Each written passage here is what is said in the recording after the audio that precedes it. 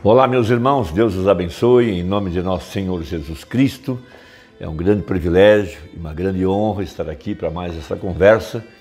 Nós estamos nos aproximando da Semana da Páscoa e é um tema muito importante para as nossas vidas, que trata da ressurreição da palavra, ou seja, o verbo que é Jesus Cristo, nesses últimos dias, de acordo com a profecia, que o mesmo Senhor descerá do céu com alarido e voz de arcanjo e a trombeta de Deus. Ele vem para trazer uma ressurreição, primeiramente, da igreja que está sobre a terra, para vivificá-la em ordem para cada verdade da Escritura para esse dia.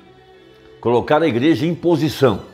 Veja, somos predestinados para a adoção, ou seja, colocados em posição para vivermos não de uma mensagem passada, mas da mensagem presente.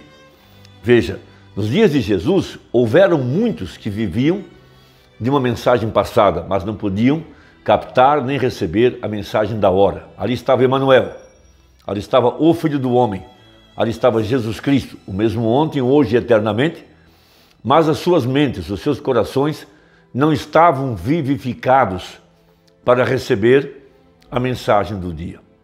Então, temos a promessa em Efésios capítulo 2, de uma Páscoa aqui, nesta nova era efesiana, uma igreja que tem retornado à fé original.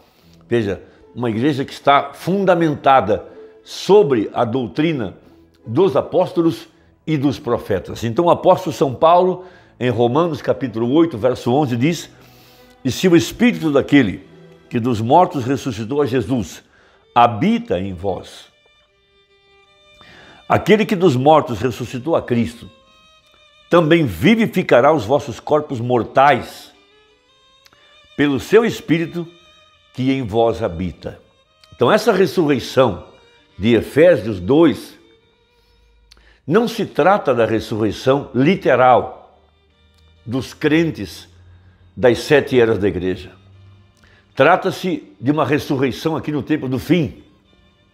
Veja, e nos vivificou, estando nós mortos em delitos e pecados, no meio da incredulidade, no meio dos erros doutrinários, entre as tradições, mandamentos humanos, teologia. Veja, então a igreja é vivificada para crer em cada verdade da palavra e ser levantada. Por isso a imagem que temos hoje é de uma águia voando. Nesse tempo da águia voando, haveria uma ressurreição, disse o profeta. Haveria um novo Efésios, haveria uma igreja vivificada em meio a essa grande incredulidade. Então ele diz na mensagem Ao Nascer do Sol, parágrafo 80 e 81. Ó, que coisa! Os predestinados, os que tinham vida, naturalmente eram como a semente que estava já na terra. Muitos se encontravam mortos, eram simplesmente semente apodrecida por causa das muitas águas e das demais coisas. Porém, sabe você, havia uma semente ali esperando, pronta para receber a vida. Deus sabia que estava ali. Assim como uma grande mãe águia saiu à procura de seu filhotinho e o encontrou dentro de um galinheiro, que para nós significa o sistema denominacional. Então ele diz, no parágrafo 81, os predestinados são os primeiros a serem vivificados pelo Espírito Santo, porque o Espírito Santo vem precisamente para reclamar ao seu. Agora, isto é muito profundo e assegure-se que o está captando bem. É algo muito sensível e necessita do Espírito Santo para entender isso. Então, quando o nosso parente redentor aparece em Apocalipse 10 com um livro na mão, aquele livro é um livro de redenção. Nesse livro estão nomes dos redimidos e ele vem reclamar, veja, exigir seus direitos sobre estes que ele comprou no Calvário.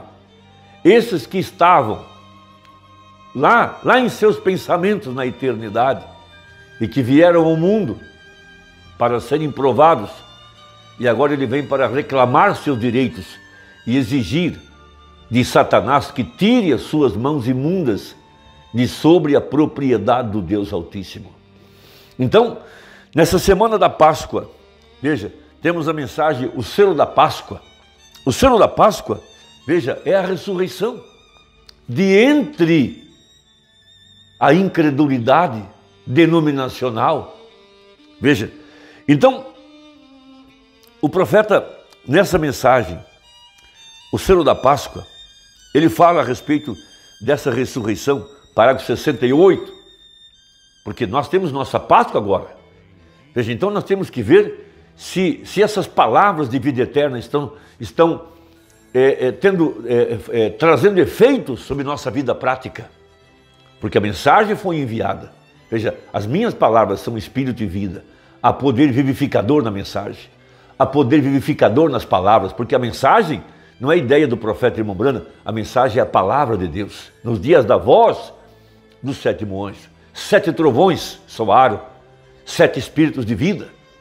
O espírito que veio sobre o corpo morto, veja, estávamos mortos em meio ao sistema organizado, éramos como aquele vale de ossos secos, mas ele prometeu em Joel 2 que haveria uma restauração.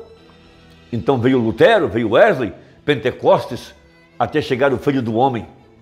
Veja agora a palavra manifestada, feita carne, para trazer para fora essa igreja que havia sido predestinada. Então estamos precisamente numa Páscoa de acordo com Efésios 2. Por isso pregou o profeta que haveria uma nova era efesiana. E Paulo ora no final do capítulo 1, para que nós busquemos espírito de sabedoria e de revelação para compreender os efeitos dessa revelação.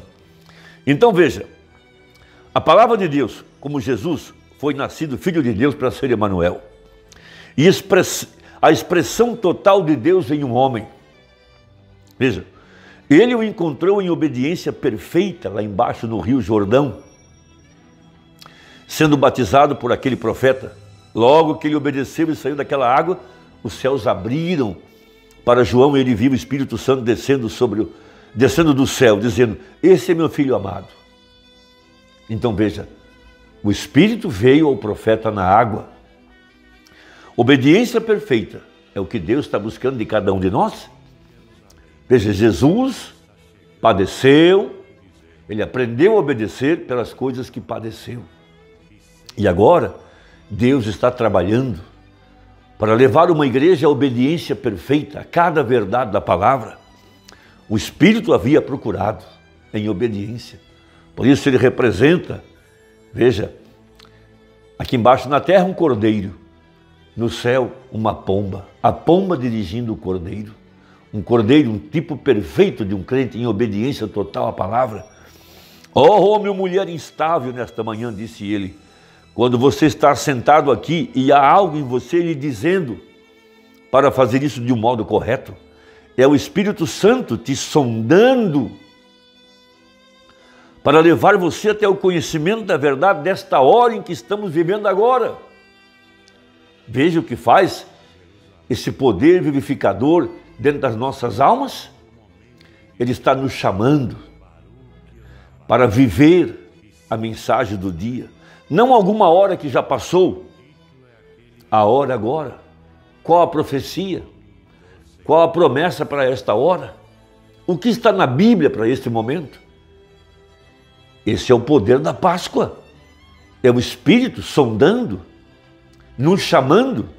Veja, lá haviam milhares que estavam obedecendo a hora que havia passado, mas lá estava a hora presente.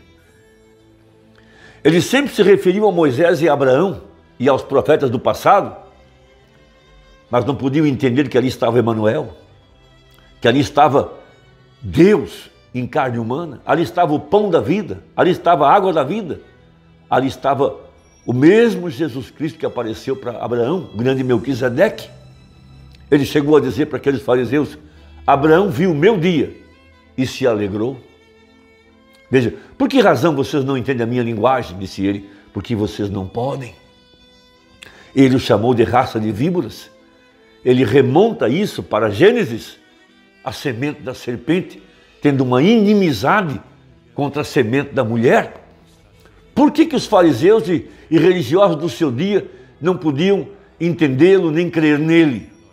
Porque eram semente da serpente, semente religiosa que estava perseguindo ele, a semente da mulher. E hoje é a mesma coisa. Por que todo o sistema religioso foi contra a mensagem do sétimo anjo? Porque todo esse sistema organizado é semente da serpente, é religião de Jezabel, uma igreja enganada pelo mundo, não pôde aceitar a palavra feita carne, havia uma inimizade entre a semente religiosa e a semente eleita. É a mesmíssima coisa, Gênesis 3,15, veja, aquela era a hora que Jesus tinha que aparecer e lá estava a palavra, lá estava o povo e aqui estava acontecendo a manifestação de Deus para vindicar que aquilo era a verdade. Como o povo pentecostal hoje, deixe-me dizer isso, estamos firmados nesses últimos dias, onde Deus prometeu que Ele derramaria o seu Espírito sobre toda a carne e seus filhos e filhas deveriam profetizar, pois esses sinais seguiriam aqueles que crescem. É a hora, aquilo é o que faz aquela criação em você.